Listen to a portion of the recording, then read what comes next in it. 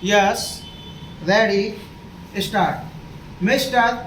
Chairman sir, so far as the rural banks are concerned, they will help the rural poor. But so far as I know, the number of banks which are going to be started is very small according to the requirements of the rural people. If you want that they should really be helpful to the rural people, you must take into account the 60% population on the rural people who are almost poor peasants or agricultural laborers who require help, who are compelled to go to the money lender for their existence in their difficult time, for their needs. If the government is really going to help them, then it requires finance those families as a whole in India will number a minimum of 6 crores. If you are to help them by giving at least rupees 100 or rupees 200 as loan per year for productive purpose, it will come to rupees 600 or 1200 crores per year. Then the purpose of the government will be really helpful to the poor people. The question is, if you want to give loans to these persons and want to free them from the clutches of the money lender or the big traders, then you must create a condition so that these poor persons may be agricultural laborers, may be poor peasants, will be able to utilize the money taken from the bank in a productive way, have some surplus, help his family and give back the loan taken from bank. In this way the bank will be working properly, not getting liquidated. That condition must be created for the poor peasants and the agricultural laborers.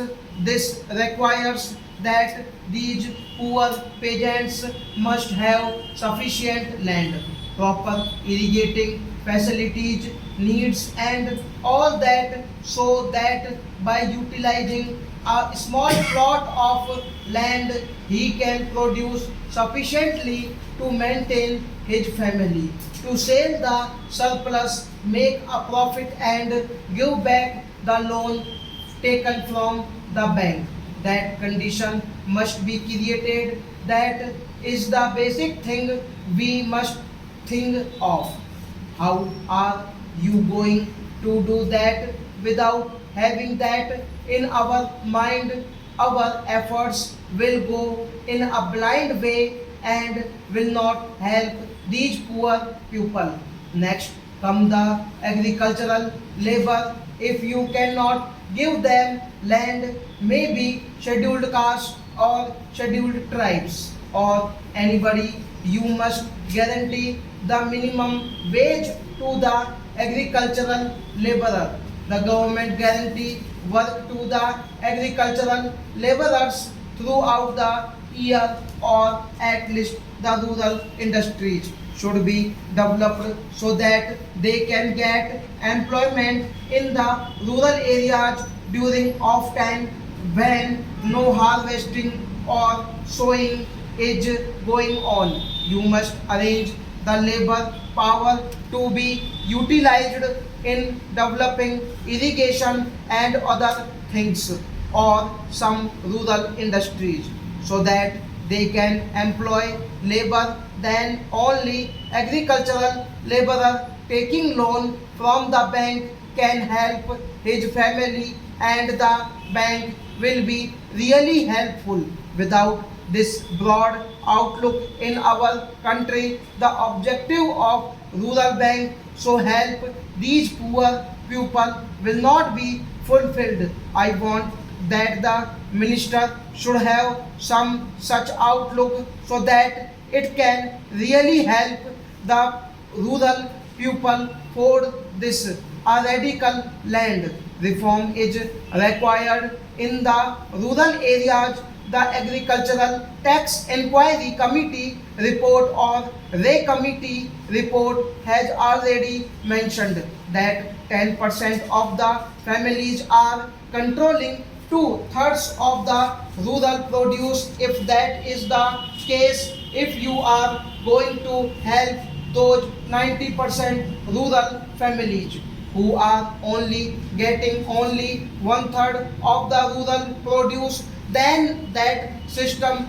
must be changed, and for that a radical reform is required. You have better seeds and fertilizers, and irrigation scientists are developing various methods of having sufficient produce from a limited area of land where is the rotation of crops, etc. You can fully utilize the sufficient achievements for the poor people to develop new village industries, and then there are families who are holding and controlling vast amount of land without being able to utilize it, who become money lenders at great profits.